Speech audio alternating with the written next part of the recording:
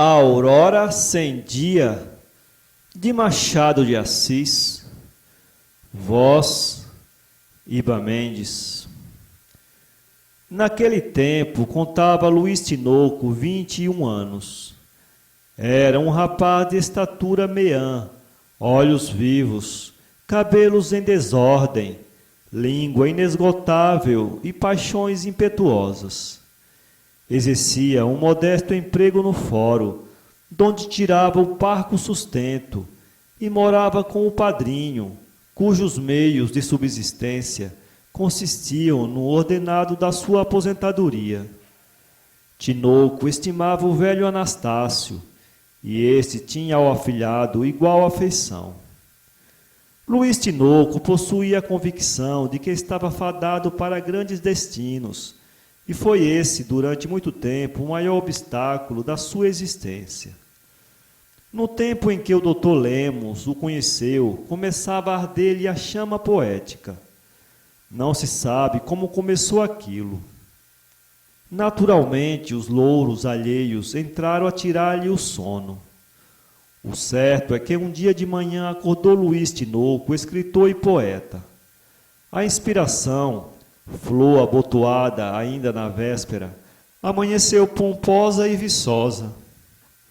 O rapaz atirou-se ao papel com ardor e perseverança, e entre as 6 horas e as 9, quando o foram chamar para almoçar, tinha produzido um soneto, cujo principal defeito era ter 5 versos, com sílabas de mais, e outros 5 com sílaba de menos. Tinoco levou a produção ao Correio Mercantil, que a publicou entre os apedidos. Mal dormida, entremeada de sonhos interruptos, de sobressaltos e ânsias, foi a noite que precedeu a publicação. A aurora raiou enfim, e Luís Tinoco, apesar de pouco madrugador, levantou-se com o sol e foi ler o soneto impresso. Nenhuma mãe contemplou o filho recém-nascido com mais amor do que o rapaz leu e releu a produção poética, aliás, decorada desde a véspera. Afigurou-se-lhe que todos os leitores do Correio Mercantil estavam fazendo o mesmo, e que cada um admirava a recente revelação literária, indagando de quem seria esse nome até então desconhecido. Não dormiu sobre os louros imaginários. Daí a 2 dias, nova composição, e desta vez saiu uma longa ode sentimental, em que o poeta se queixava à lua do desprezo em que o deixara a amada, e já entrevia no futuro a morte melancólica de Gilbert. Não podendo fazer despesas, alcançou por intermédio de um amigo que a poesia fosse impressa de graça, motivo este que retardou a publicação por alguns dias. Luís Tinoco tragou a custo a demora, e não sei se chegou a suspeitar de inveja os redatores do Correio Mercantil. A poesia saiu enfim, e tal contentamento produziu no poeta que foi logo fazer ao padrinho a grande revelação. «Leu hoje o Correio Mercantil, meu padrinho?» perguntou ele. «Homem, tu sabes que eu só lia os jornais no tempo em que era empregado efetivo. Desde que me aposentei, não li mais os periódicos.» «Pois é pena», disse Tinoco com ar frio. «Queria que me dissesse o que pensa de uns versos que lá vêm.» «E de mais a mais versos. Os jornais já não falam de política? No meu tempo não falavam de outra coisa. Falam de política e publicam versos, porque ambas as coisas têm entrada na imprensa. Quer ler os versos? Dá cá. Aqui estão.» O poeta puxou da algibeira o Correio Mercantil, e o velho Anastácio entrou a ler para si a obra do afilhado. Com os olhos pregados no padrinho, Luís Tinoco parecia querer adivinhar as impressões que produziam nele os seus elevados conceitos, metrificados com todas as liberdades possíveis e impossíveis do consoante. Anastácio acabou de ler os versos e fez com a boca um gesto de enfado. Isso não tem graça, disse ele ao afilhado, estupefato. Que diabo tem a lua com a indiferença dessa moça? E a que vem aqui a morte deste estrangeiro? Luís Tinoco teve vontade de descompor o padrinho, mas limitou-se a atirar os cabelos para trás e a dizer com supremo desdém: são coisas de poesia que nem todos entendem. Esses versos sem graça são meus. Teus? Perguntou Anastácio no cúmulo do espanto. Sim, senhor. Pois tu fazes versos? Assim dizem. Mas quem te ensinou a fazer versos? Isso não se aprende, traz-se do berço. Anastácio leu outra vez os versos, e só então reparou na assinatura do afilhado. Não havia que duvidar. O rapaz dera em poeta. Para o velho aposentado era isto uma grande desgraça. Esse ligava a ideia de poeta à ideia de mendicidade. Tinham-lhe pintado Camões e Bocage, que eram os nomes literários que ele conhecia, como dois improvisadores de esquina, expectorando sonetos em troca de algumas moedas, dormindo nos adros da igreja e comendo nas cocheiras das casas grandes.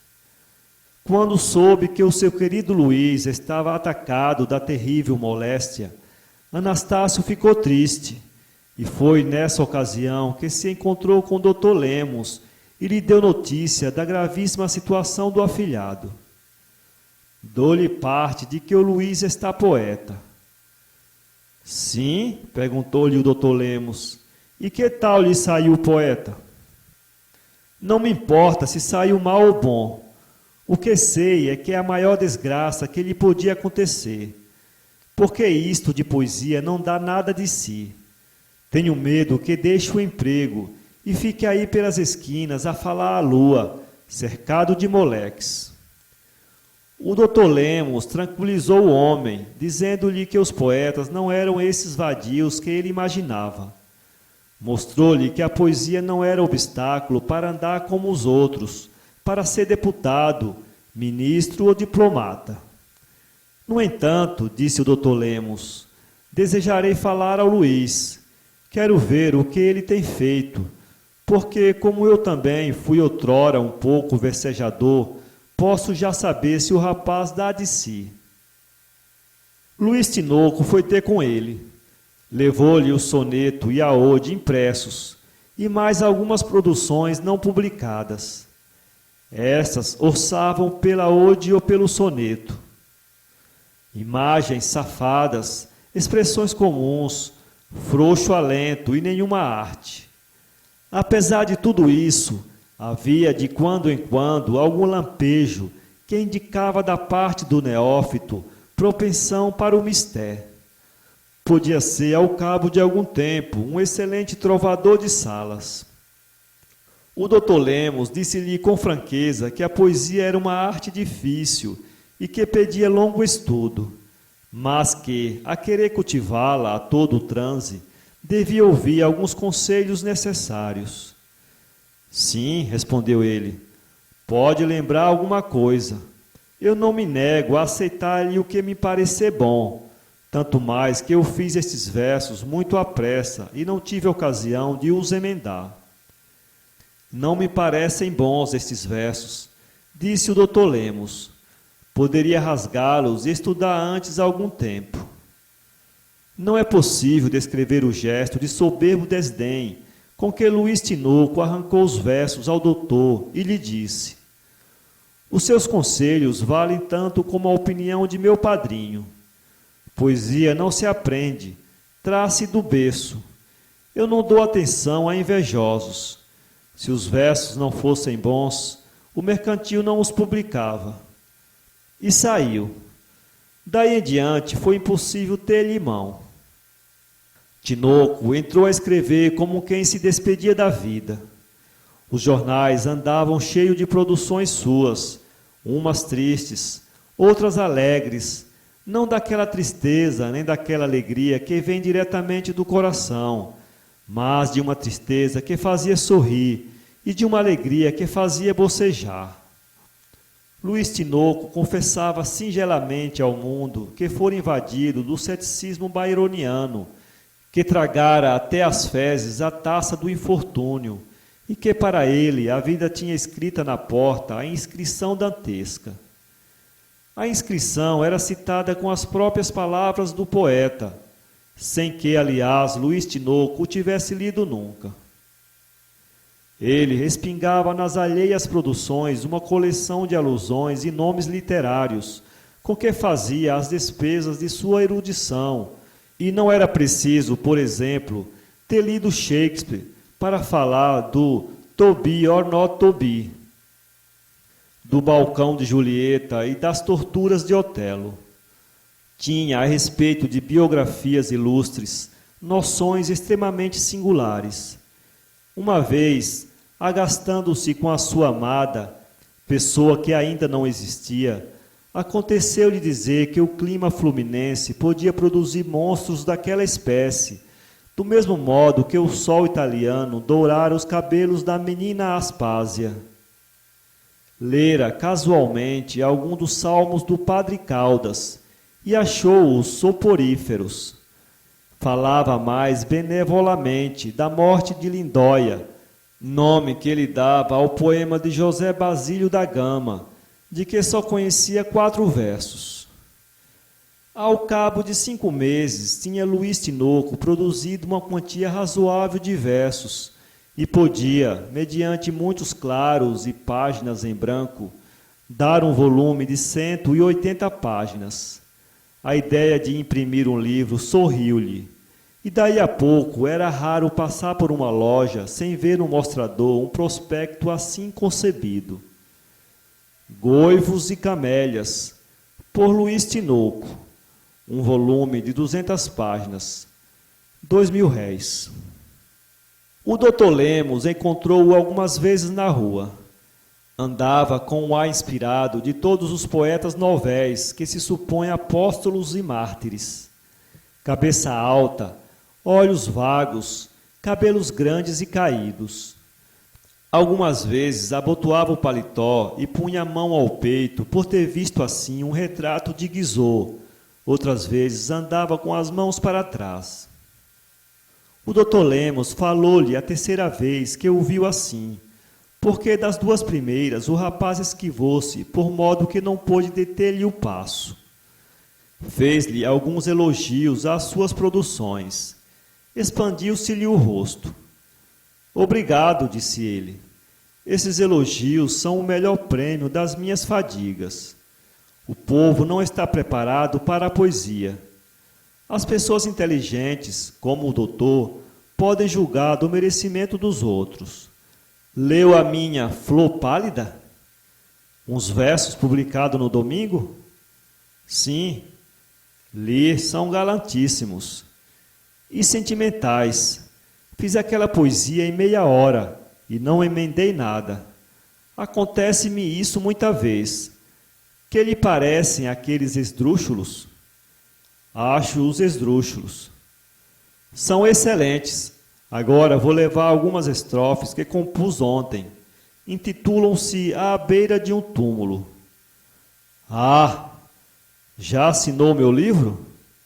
Ainda não. Nem assine. Quero dar-lhe um volume. Sai brevemente.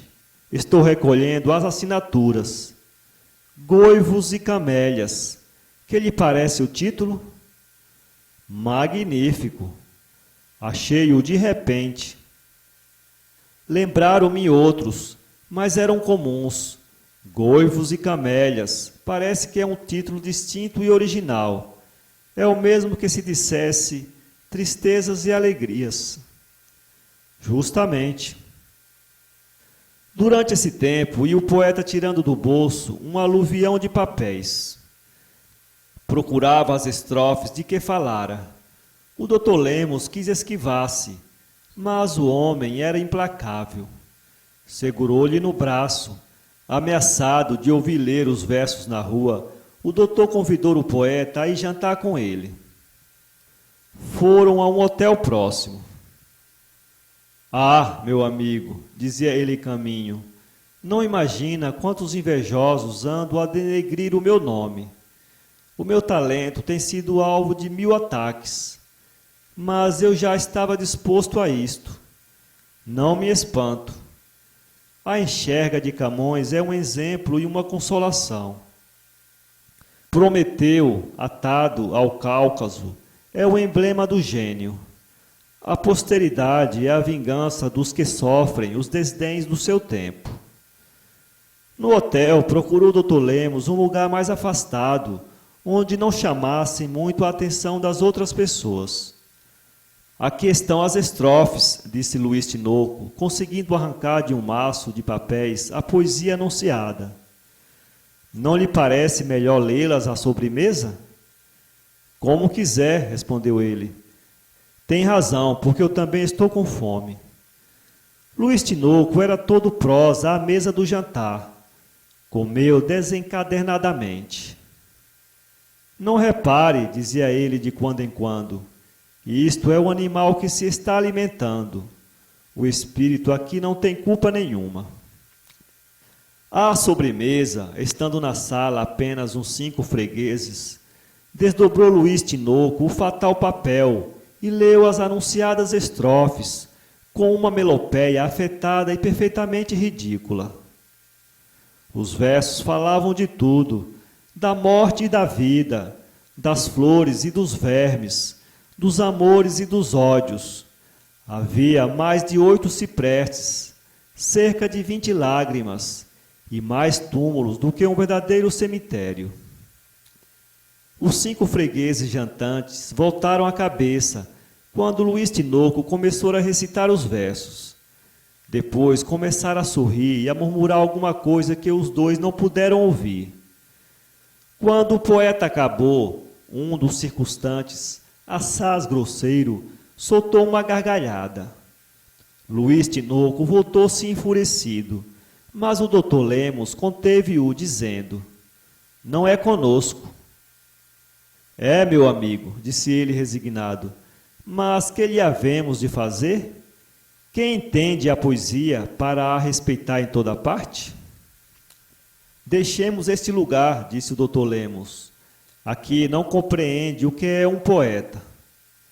Vamos. O Dr. Lemos pagou a conta e saiu atrás de Luiz Tinoco, que deitou ao rideiro um olhar de desafio. Luiz Tinoco acompanhou-o até a casa. Recitou-lhe em caminho alguns versos que sabia de cor. Quando ele se entregava à poesia, não a alheia, que o não preocupava muito, mas a própria, podia-se dizer que tudo mais se lhe apagava da memória. Bastava-lhe a contemplação de si mesmo. O Dr. Lemos ia ouvindo calado, com a resignação de quem suporta a chuva, que não pode impedir. Pouco tempo depois saíram a lume os goivos e camélias, que todos os jornais prometeram analisar mais de espaço. Dizia o poeta no prólogo da obra que era audácia da sua parte vir a sentar-se na mesa da comunhão da poesia, mas que todo aquele que sentia dentro de si o Je quelque chose là, de André Chenier, devia dar à pátria aquilo que a natureza lhe deu. Em seguida, pedia desculpa para os seus verdes anos e afirmava ao público que não tinha sido embalado em berços de seda. Concluía dando a bênção ao livro e chamando a atenção para a lista dos assinantes que vinha no fim. Esta obra monumental passou despercebida no meio da indiferença geral. Apenas um folhetinista do tempo escreveu a respeito dela algumas linhas que fizeram rir a toda a gente, menos o autor, que foi agradecer ao folhetinista. O Dr. Lemos perdeu de vista o seu poeta durante algum tempo. Digo mal, só perdeu de vista o homem, porque o poeta, de quando em quando, lhe aparecia metido em alguma produção literária que o Dr. Lemos invariavelmente lia para se benzer da estéril pertinácia de Luiz Tinoco. Não havia ocasião, enterro ou espetáculo solene que escapasse à inspiração do fecundo escritor. Como o número de suas ideias fosse muito limitado, podia-se dizer que ele só havia escrito um necrológio, uma elegia, uma ode ou uma congratulação. Os diferentes exemplares de cada uma destas coisas eram a mesma coisa dita por outro modo. O modo, porém, constituía a originalidade do poeta, originalidade que ele não teve a princípio, mas que se desenvolveu muito com o tempo. Infelizmente, enquanto se entregava com ardor às lides literárias, esquecia-se o poeta das lides forenses, de onde lhe vinha o pão. Anastácio queixou-se um dia dessa desgraça ao doutor Lemos, numa carta que acabava assim: Não sei, meu amigo senhor Lemos, aonde irá parar este rapaz. Não lhe vejo outra conclusão. Hospício ou xadrez? O doutor Lemos mandou chamar o poeta. Elogiou-lhe as suas obras com o fim de lhe dispor o espírito a ouvir o que ia dizer. O rapaz expandiu-se. Ainda bem que eu ouço de quando em quando alguma voz animadora, disse ele. Não sabe o que tem sido a inveja a meu respeito. Mas que importa? Tenho confiança no futuro. O que me vinga é a posteridade. Tem razão. A posteridade é que vinga das maroteiras contemporâneas. Li há dias num papelucho que eu era um alinhavador de ninharias. Percebi a intenção. Acusava-me de não meter ombros à obra de mais largo fôlego. Vou desmentir o papelucho. Estou escrevendo um poema épico. Ai, disse o doutor Lemos consigo, adivinhando alguma leitura forçada do poema.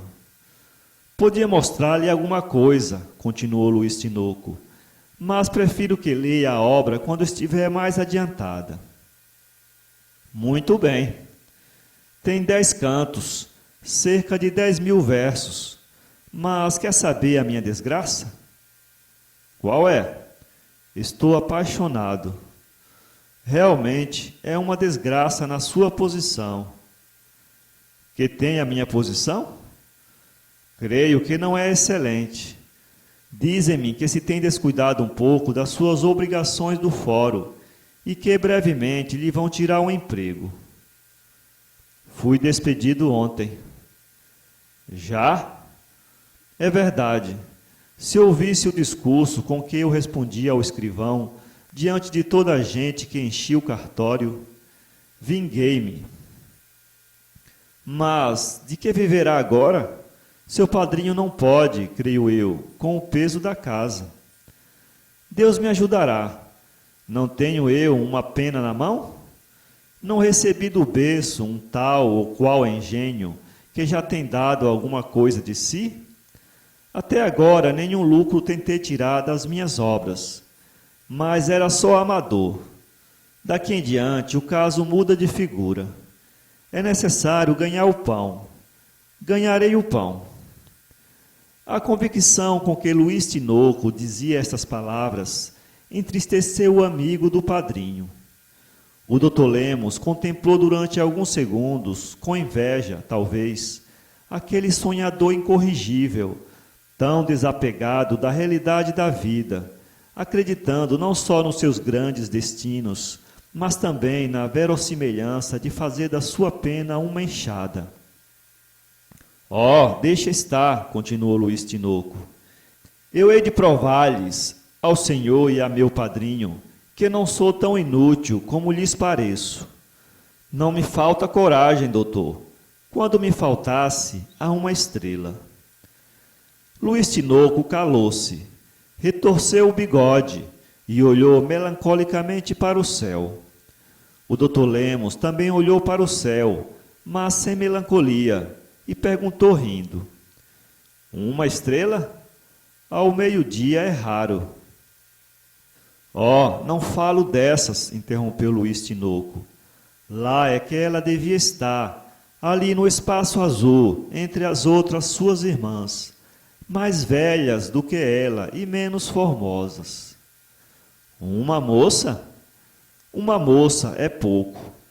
Diga a mais gentil criatura que o sol ainda lumiou, uma sílfide, a minha Beatriz, a minha Julieta, a minha Laura.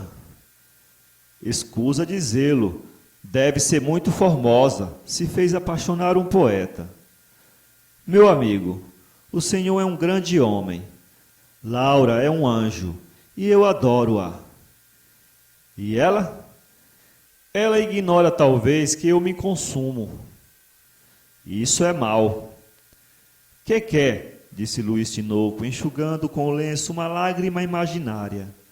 É fado dos poetas arderem por coisas que não podem obter. É esse o pensamento de uns versos que escrevi há 8 dias. Publiquei-os no Caramachão Literário. Que diacho é isso? É a minha folha, que eu lhe mando de 15 em 15 dias, e diz que lê as minhas obras. As obras leio, agora os títulos podem escapar. Vamos, porém, ao que importa. Ninguém lhe contesta talento nem inspiração fecunda. Mas o senhor ilude-se pensando que pode viver dos versos e dos artigos literários.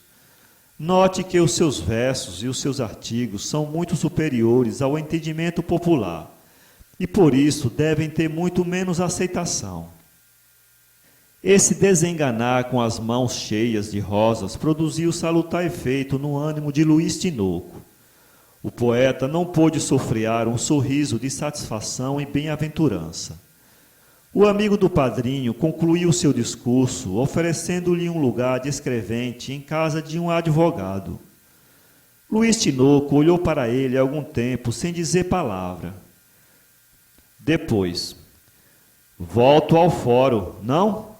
Disse ele com a mais melancólica resignação deste mundo. Minha inspiração deve descer outra vez a empoeirar-se nos libelos, a aturar os rábulas, a engrolar o vocabulário da chincana. E a troco de quê? A troco de uns magros 1000 réis que eu não tenho e me são necessários para viver. Isto é sociedade, doutor? Má sociedade, se lhe parece, respondeu doutor Lemos com doçura. Mas não há outra mão, e a menos de não estar disposto a reformá-la, não tem outro recurso senão tolerá-la e viver. O poeta deu alguns passos na sala. No fim de 2 minutos, estendeu a mão ao amigo. Obrigado, disse ele. Aceito. Vejo que trata de meus interesses, sem desconhecer que me oferece um exílio. Um exílio e um ordenado, emendou o doutor Lemos. Daí a dias estava o poeta a copiar razões de embargos e de apelação, a lastimar-se, a maldizer da fortuna, sem adivinhar que daquele emprego devia nascer uma mudança nas suas aspirações. O doutor Lemos não lhe falou durante 5 meses. Um dia encontraram-se na rua. Perguntou-lhe pelo poema. Está parado, respondeu Luís Tinoco. Deixa-o de mão? Concluí-lo-ei quando tiver tempo. E a folha? Deve saber que acabei com ela. Não lhe mando há muito tempo.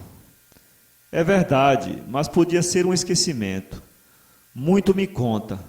Então acabou o Caramachão Literário? Deixei-o morrer no melhor período de vitalidade. Tinha 80 assinantes pagantes. Mas então abandona as letras? Não, mas adeus. Adeus. Pareceu simples tudo aquilo, mas tendo-se ganho alguma coisa, que era empregá-lo, o doutor Lemos deixou que o próprio poeta lhe fosse anunciar a causa do seu sono literário. Seria o namoro de Laura? Esta Laura, preciso é que se diga, não era Laura, era simplesmente inocência. O poeta chamava-lhe Laura nos seus versos, nome que lhe parecia mais doce, e efetivamente o era. Até que ponto existiu esse namoro e em que proporções correspondeu a moça à chama do rapaz? A história não conservou muita informação a este respeito. O que se sabe com certeza é que um dia apareceu um rival no horizonte, tão poeta como o padrinho de Luís Tinoco, elemento muito mais conjugal do que o redator do Caramachão literário, e que de um só lance lhe derrubou todas as esperanças. Não é preciso dizer ao leitor que este acontecimento enriqueceu a literatura com uma extensa e chorosa elegia, em que Luís Tinoco metrificou todas as queixas que pode ter de uma mulher um namorado traído.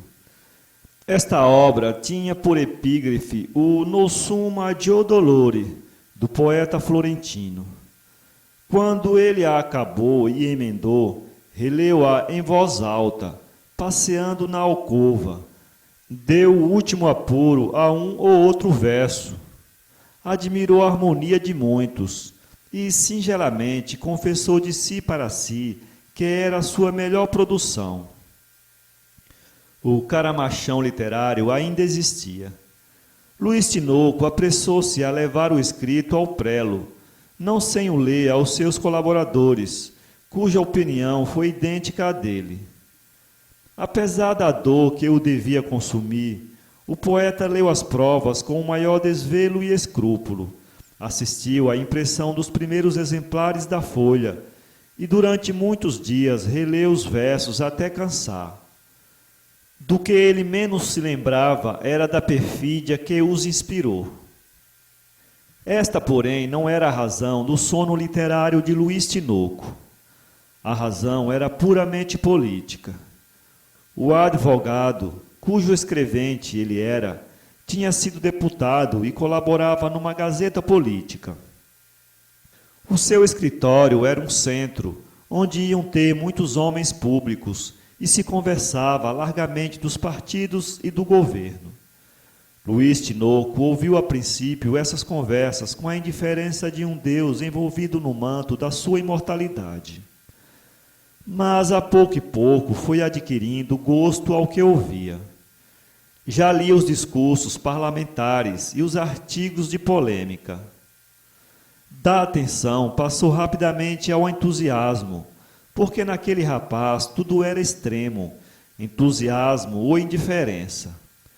Um dia levantou-se com a convicção de que os seus destinos eram políticos. A minha carreira literária está feita, disse ele ao Dr. Lemos quando falaram nisto. Agora outro campo me chama. A política? Parece-lhe que essa é a sua vocação? Parece-me que posso fazer alguma coisa. Vejo que é modesto, e não duvido que alguma voz interior o esteja convidando a queimar as suas asas de poeta. Mas cuidado, há de ter lido Macbeth. Cuidado com a voz das feiticeiras, meu amigo. Há no Senhor demasiado sentimento, muita suscetibilidade, e não me parece que... Estou disposto a acudir à voz do destino, interrompeu impetuosamente Luís Tinoco. A política chama-me ao seu campo. Não posso, não devo, não quero cerrar-lhe os ouvidos. Não, as opressões do poder, as baionetas do governos imorais e corrompidos, não pode desviar uma grande convicção do caminho que ela mesma escolheu. Sinto que sou chamado pela voz da verdade.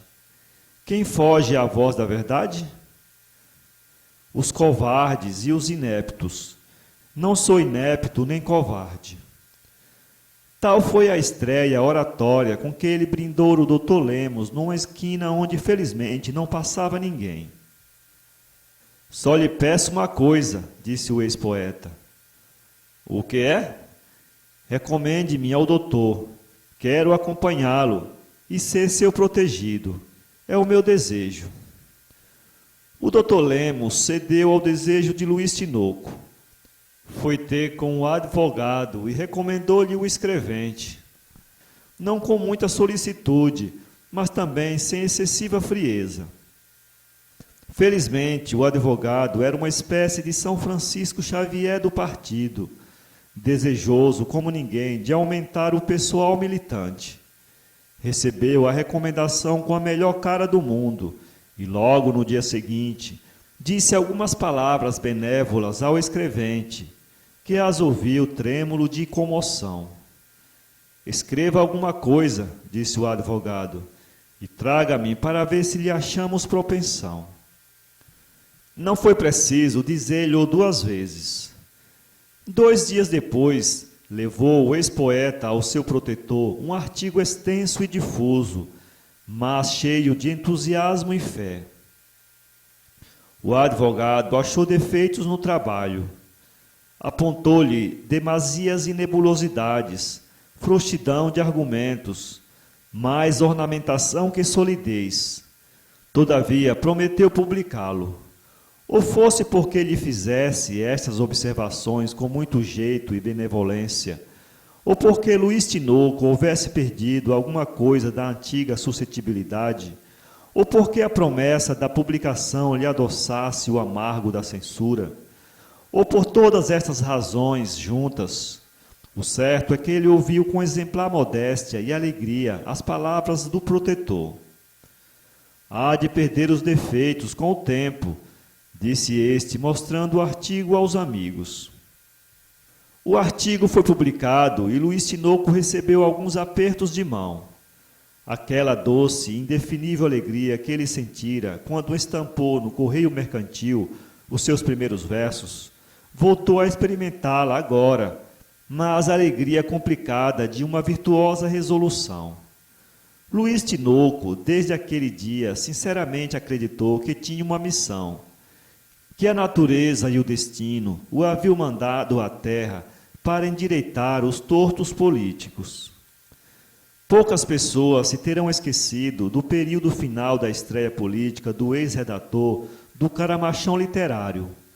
Era assim: releve o poder, hipócrita e sanhudo, que eu lhe diga muito humildemente que não temo o desprezo nem o martírio.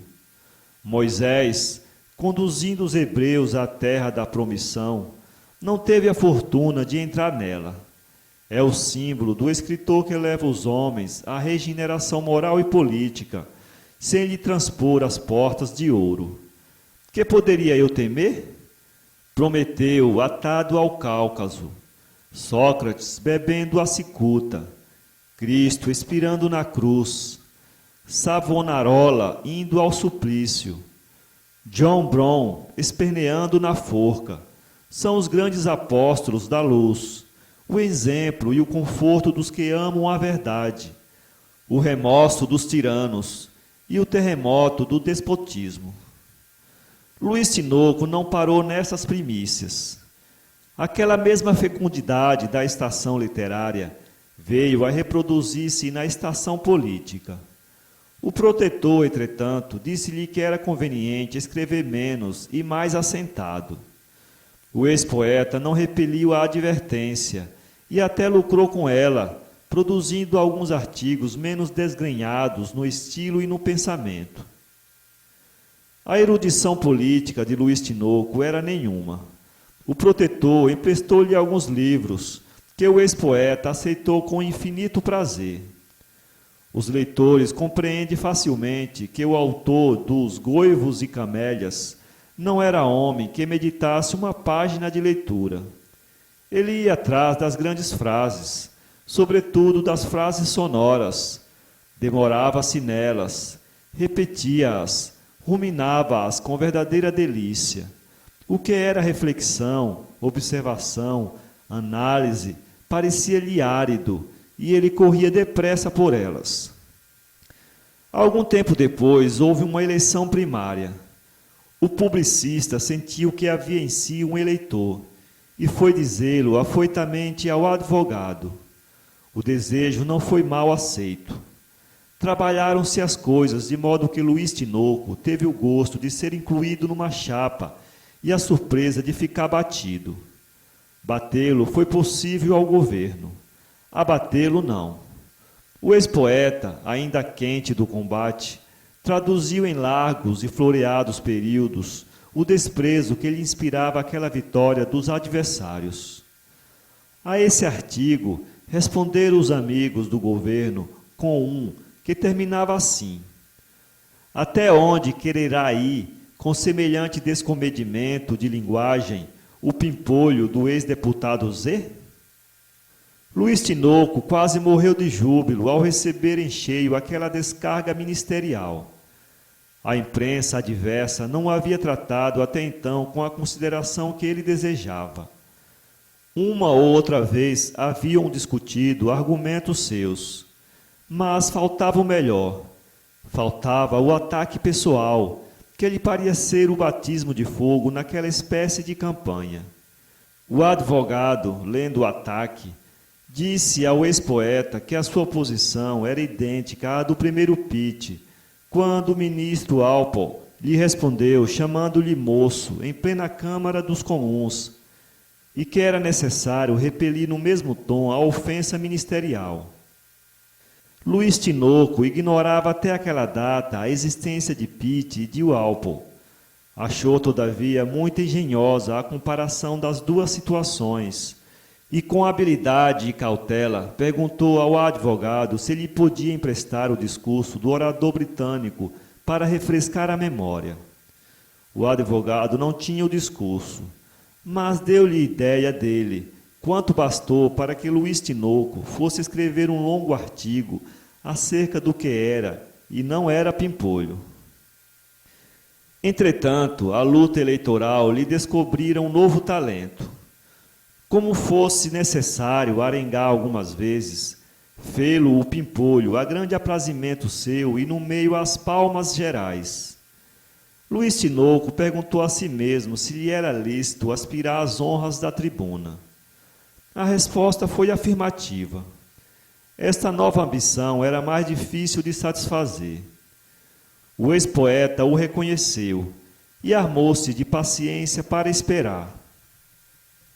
Aqui há uma lacuna na vida de Luiz Tinoco. Razões que a história não conservou levaram o jovem publicista à província natal do seu amigo e protetor, 2 anos depois dos acontecimentos eleitorais. Não percamos tempo em conjecturar as causas desta viagem, nem as que ali o demoraram mais do que queria. Vamos já encontrá-lo alguns meses depois, colaborando no jornal com o mesmo ardor juvenil, de que dera tanta prova na capital.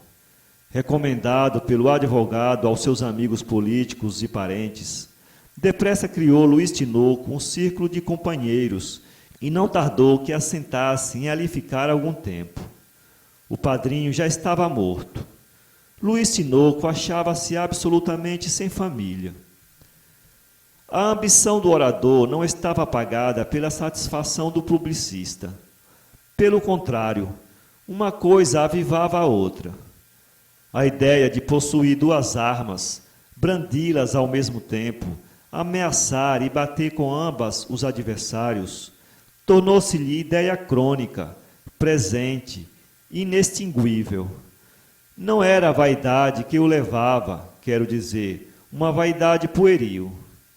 Luiz Tinoco acreditava piamente que ele era um artigo do programa da Providência, e isso o sustinha e contentava. A sinceridade que nunca teve, quando versificava os seus infortúnios entre suas palestras de rapazes, teve-a quando se enterrou a mais e mais na política. É claro que, se alguém lhe pusesse em dúvida o mérito político, feri-lo-ia do mesmo modo que os que lhe contestavam excelências literárias. Mas não era só a vaidade que lhe ofendiam. Era também, e muito mais, a fé profunda e intolerante, que ele tinha de que o seu talento fazia parte da harmonia universal. Luiz Tinoco mandava ao Dr. Lemos na corte todos os seus escritos da província e contava-lhe singelamente as suas novas esperanças. Um dia noticiou-lhe que a sua eleição para a Assembleia Provincial era objeto de negociações que se lhe afiguravam propícias.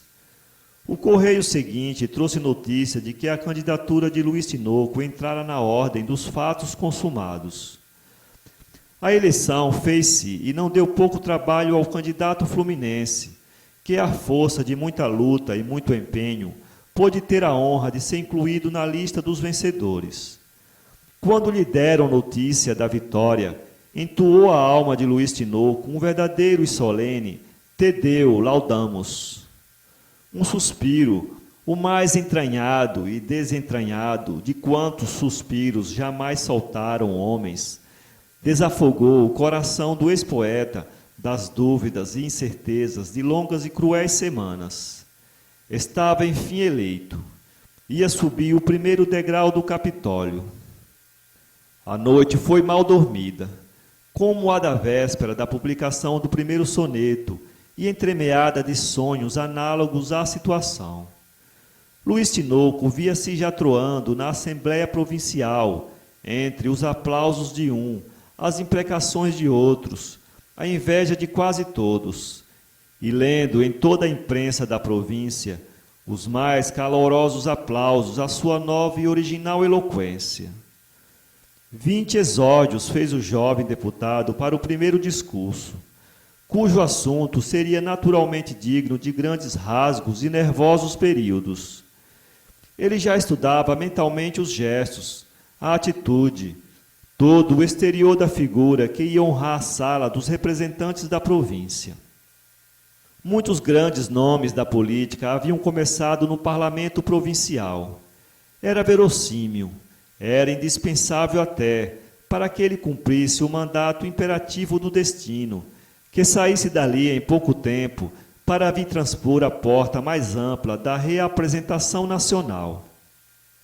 O ex-poeta ocupava já no espírito uma das cadeiras da cadeia velha e remirava-se na própria pessoa e no brilhante papel que teria de desempenhar. Via já diante de si a oposição ou o ministério estatalado no chão, com 4 ou 5 daqueles golpes que ele supunha saber dar como ninguém, e as gazetas a falarem, e o povo a ocupar-se dele, e o seu nome a repercutir em todos os ângulos do império, e uma pasta a cair-lhe nas mãos, ao mesmo tempo que o bastão do comando ministerial.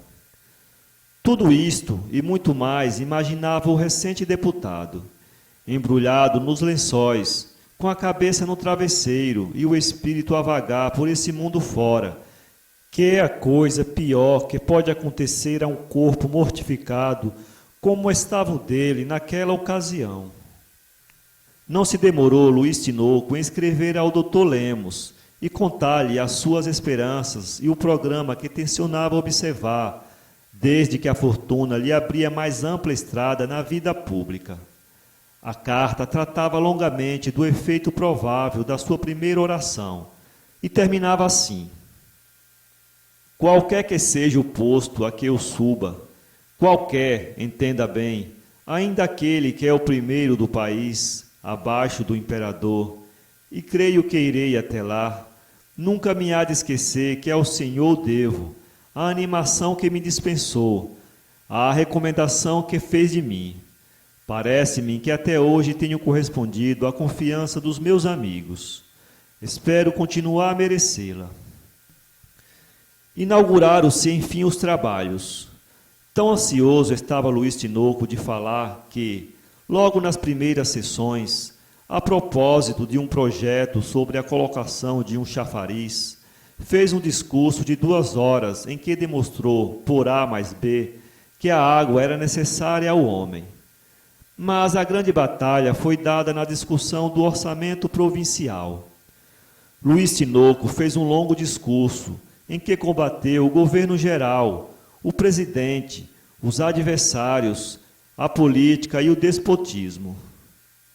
Seus gestos eram até então desconhecidos naquela escala de gesticulação parlamentar. Na província, pelo menos, ninguém tivera nunca a satisfação de contemplar aquele sacudir de cabeça, aquele arquear de braço, aquele apontar, alçar, cair e bater com a mão direita. O estilo também não era vulgar. Nunca se falou de receita e despesa com maior luxo de imagens e figuras. A receita foi comparada ao orvalho que as flores recolhem durante a noite. A despesa, à brisa da manhã que a sacode e lhes entorna um pouco do sereno vivificante. Um bom governo é apenas brisa. O presidente atual foi declarado sirouco e pampeiro. Toda a maioria protestou solenemente contra essa qualificação injuriosa, ainda que poética. Um dos secretários confessou que nunca do Rio de Janeiro lhes fora uma aura mais refrigerante. Infelizmente, os adversários não dormiam. Um deles, apenas Luiz Tinoco, acabou o discurso, entre alguns aplausos dos seus amigos, pediu a palavra e cravou longo tempo os olhos no orador estreante. Depois sacou do bolso um maço de jornais e um folheto, consertou a garganta e disse: mandaram-nos do Rio de Janeiro o nobre deputado que me precedeu nesta tribuna.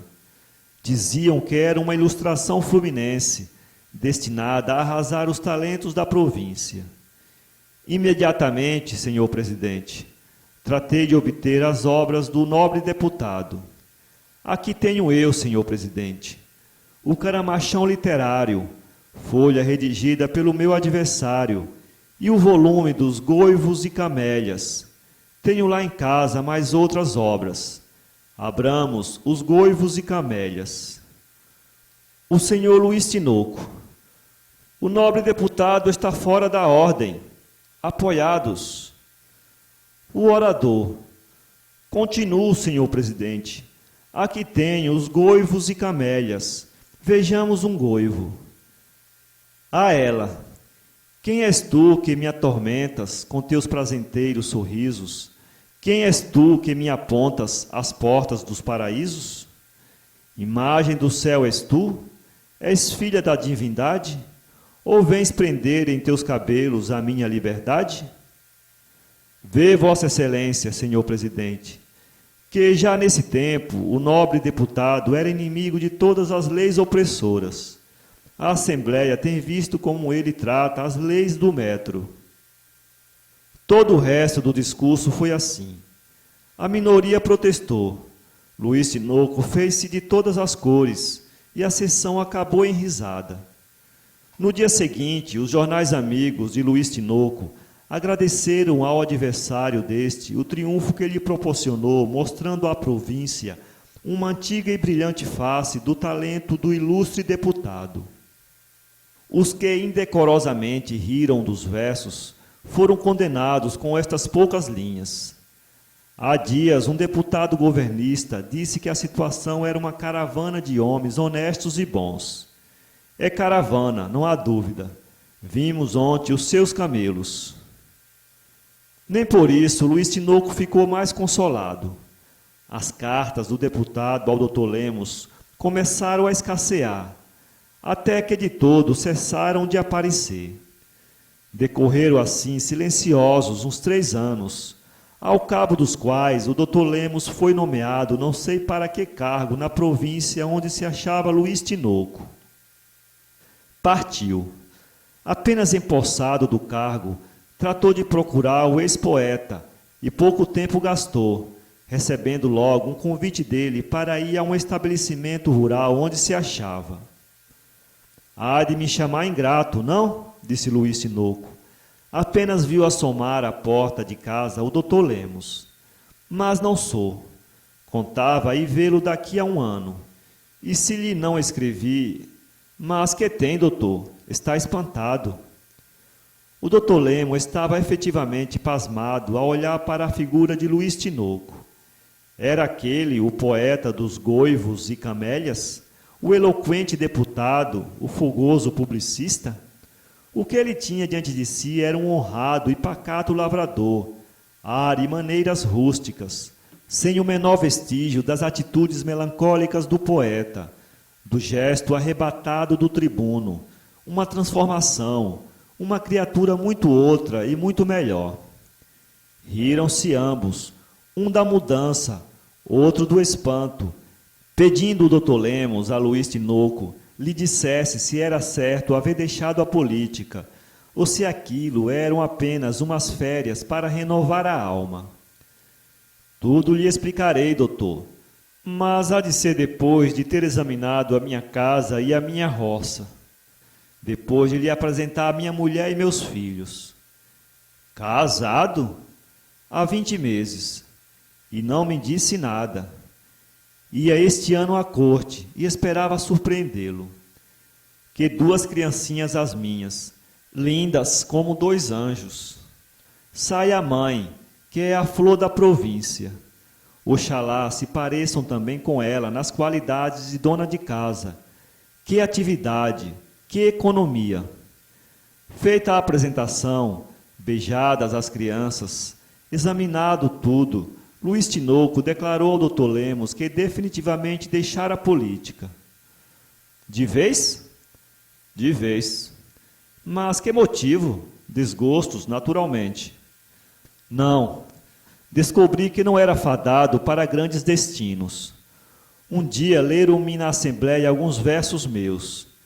Reconheci então quanto eram pífios os tais versos, e podendo vir mais tarde a olhar com a mesma lástima e igual arrependimento para as minhas obras políticas, arrepiei carreira e deixei a vida pública. Uma noite de reflexão e nada mais. Pois teve ânimo? Tive, meu amigo. Tive ânimo de pisar terreno sólido, em vez de patinhar nas ilusões dos primeiros dias. Eu era um ridículo poeta e talvez ainda mais ridículo orador. Minha vocação era esta. Com poucos anos mais estou rico. Ande agora beber o café que nos espera e feche a boca, que as moscas andam no ar. São Paulo, 2016. www.poeteiro.com